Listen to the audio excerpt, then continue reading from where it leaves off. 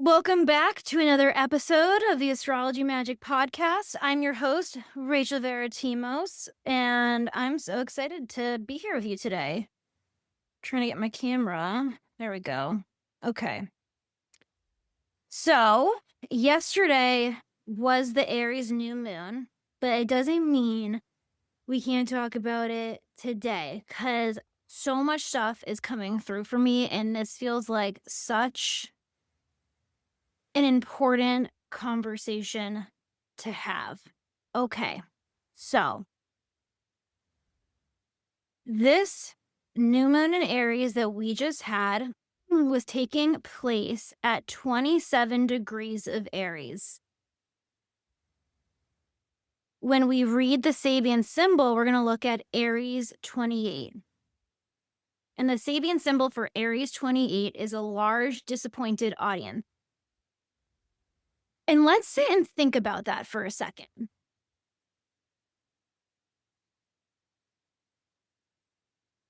Think about where in your life have you worked so hard to reach a certain goal? You were so convinced this is what you wanted because it made logical sense. And the whole path there, you forced and you grind and you did all of these things. And then when you finally got there, it just didn't feel very good. Like the performance didn't deliver.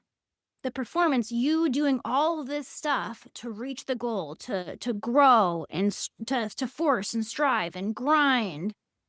When you got there and you got what you thought you wanted, it just didn't hit the way you thought it would. And I imagine a lot of people can be feeling that right now on one side of the Aries moon.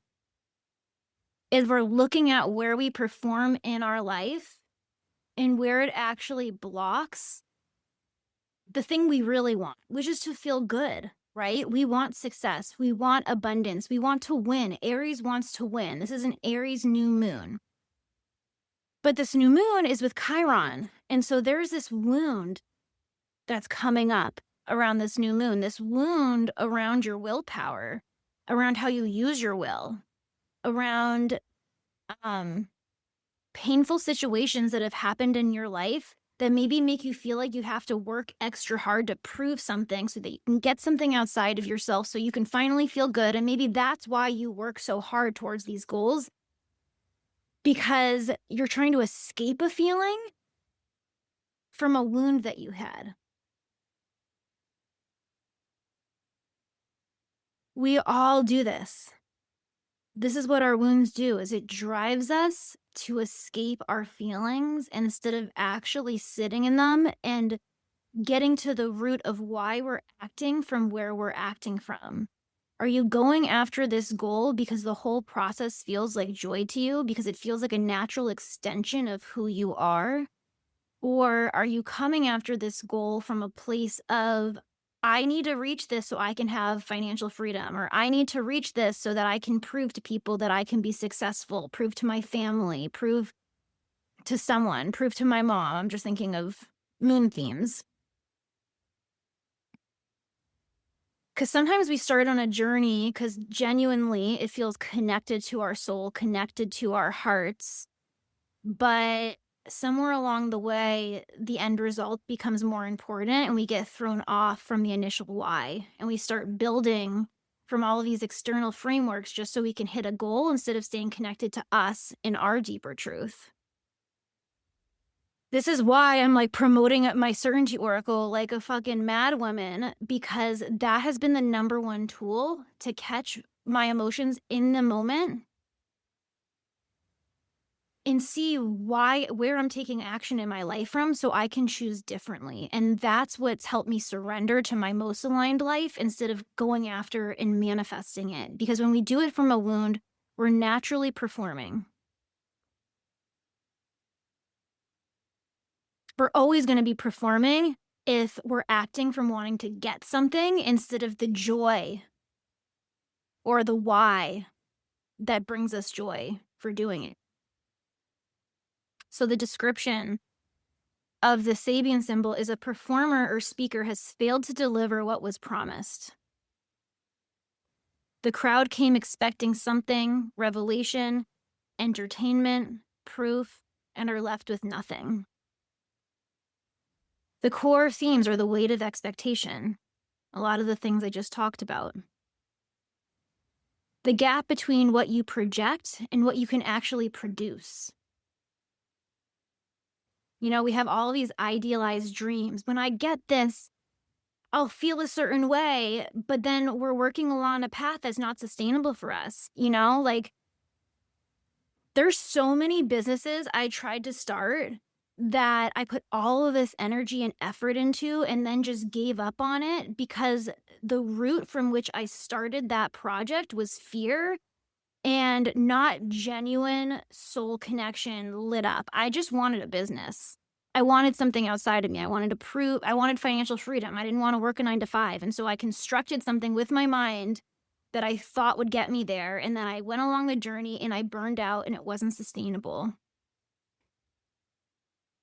Because what I have learned through tracking my astrology and really my lunar returns, and this is why connecting to your emotions is so fucking important, and learning the language of them,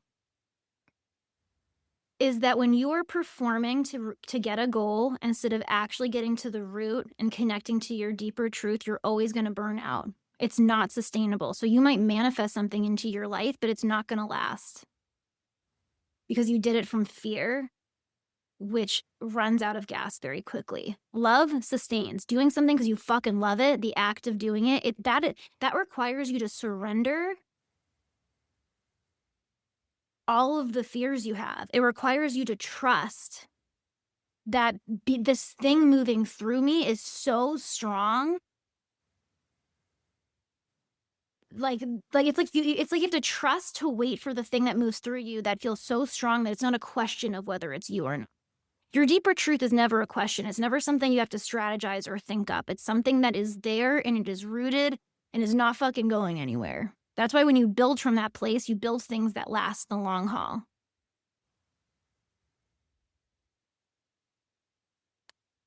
So another core theme for this is being witnessed in your falling short and the humbling that comes when the outer promise outruns the inner readiness. That's another form of performance, over-promising things, like trying to tell people, I'm great, I'm this, proving your worth instead of just embodying it and living your life from that place. Living your life from, I'm worthy so I get to do what's fun for me. I'm worthy so I get to feed myself well and actually listen to my body instead of bypass my body's cues because I have this goal to look a certain way. It's like learning to surrender that your body knows something your mind could never figure out. You know, Uranus and Taurus is at the 29th degree. It's like, this is the final push for learning Uranus and Taurus lessons before it goes to Uranus and Gemini. And Uranus and Taurus has been awakening us to the wisdom of our body, number one, because Taurus rules the body, but also awakening us to our standards that we create our life from. And when we're creating our life from fear and a wound, we're creating our life from very low standards a lot of the time. And we're willing to cross our boundaries in order to get the goal, cross our truth in order to get the goal. And so there's this breakthrough around raising your standards around what you actually value and holding them at this new moon, being brave enough to hold those boundaries, hold those standards. I'm going to share an article I just wrote around my sexual healing journey. I'll put it in the show notes below. And in that article, that process is the perfect depiction of what it looks like to move through this wound and keep repeating the same cycles in your life from fear to actually surrendering to your deeper truth. And it takes bravery. I think that's one thing a lot of the healing space doesn't talk about a lot. In my experience, every time I've healed a root pattern, it has come from me having to step into extreme bravery. And and trust and faith in myself. So, a quick synopsis of my sexual healing journey. I talked about how I performed in sex like basically my whole life, and I could only have an orgasm if I used a vibrator and I was by myself. The second I was around like a partner or like a romantic partner, my boyfriend, performance went on because I felt like sex was just something you had to do for the relationship to have a good relationship, to keep the relationship good, all the reasons, you know? And so I would just fake orgasms a lot. I would fake my expressions, fake how I was moving. I would move the way I thought you needed to move to be good at sex, you know? But I never felt pleasure and I never got it. Like I never understood why people said sex was this great thing until I learned about Tantra 5 years ago. And in Tantra, they talked about coming to the truth of your body. And so I started practicing that. And it was not comfortable. It required a lot of bravery and faith in the process because I had to set boundaries with Ryan, my boyfriend. I had to be brave enough to go against my biggest fear, which was if I stopped just giving sex, would he not love me anymore? Would he leave me? Would this relationship just fall apart? Like if I set boundaries for us to learn learn to help me learn what my body finds pleasurable and like we slow down, like what could happen? Because my whole relationship fall apart. Like there's a reason we perform. It feels life or death. It feels like we have to stay safe, you know? And I'm not gonna lie, the first 2 years, and I'm talking 2 years, that's a long ass time, of this process was hard. Ryan tried to convince me so many times that this wasn't working, that this was making everything worse, that I didn't used to be this anxious around sex, and now I'm anxious and having all these rigid boundaries and rules, and it was making it not fun. I can't tell you how many arguments we got into where I questioned whether I was just being the most difficult person in the world and whether I was just pushing him away more. But what happened over time is as I held those values and standards for myself and what was true for myself, and I slowed down and I only engaged in pleasure when my body genuinely opened.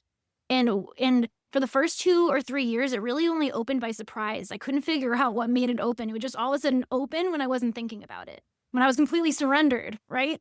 And that was really frustrating and hard to get through. It's like I had to have enough experiences of holding the line and proof that I was still alive. I was surviving this transformation. He wasn't leaving me. Yeah, we were getting into fights, but I was holding the line. And then there would be certain instances when my body did open more. Even though they were random, I didn't know when they were coming. And so eventually, now 5 years later, my body just opens. Ryan tells to me now all the time that he is so happy that we did this journey because he's like, I thought the sex we had before was good, but I never knew it could be this way. He's like, I've never had sex with someone like this in my life. This is the best sex I've ever had in my life. And it's the same for me. And it's because we're both not performing anymore. Actually, me holding the line and me choosing not to perform ended up affecting Ryan. So somewhere along the line, over those 2-3 years that were really tough, he started surrendering because I like literally just gave no other option, right? So he had to slow down. He had to slow down to my pace, which he fought for a while. And so then he stopped performing.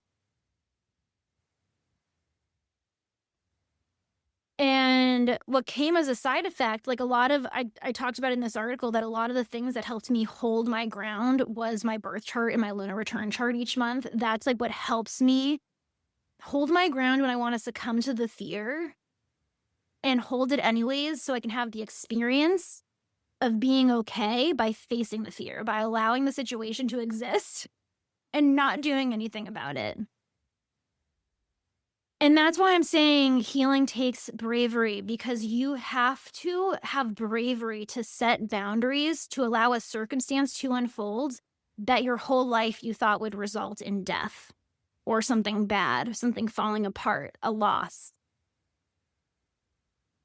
But the more you stay true to yourself, even if things do leave you during that time period, if you keep staying true to yourself, I found every initiation of sticking to your values, sticking to your standards, being brave enough to do so, naturally brings in the things aligned to you in your life. Because in this time period of me tracking my emotions, responding to them with my lunar return, doing this sexual healing, that's when all of these things that I always wanted to manifest came into my life without me like doing all the practices everyone talks about.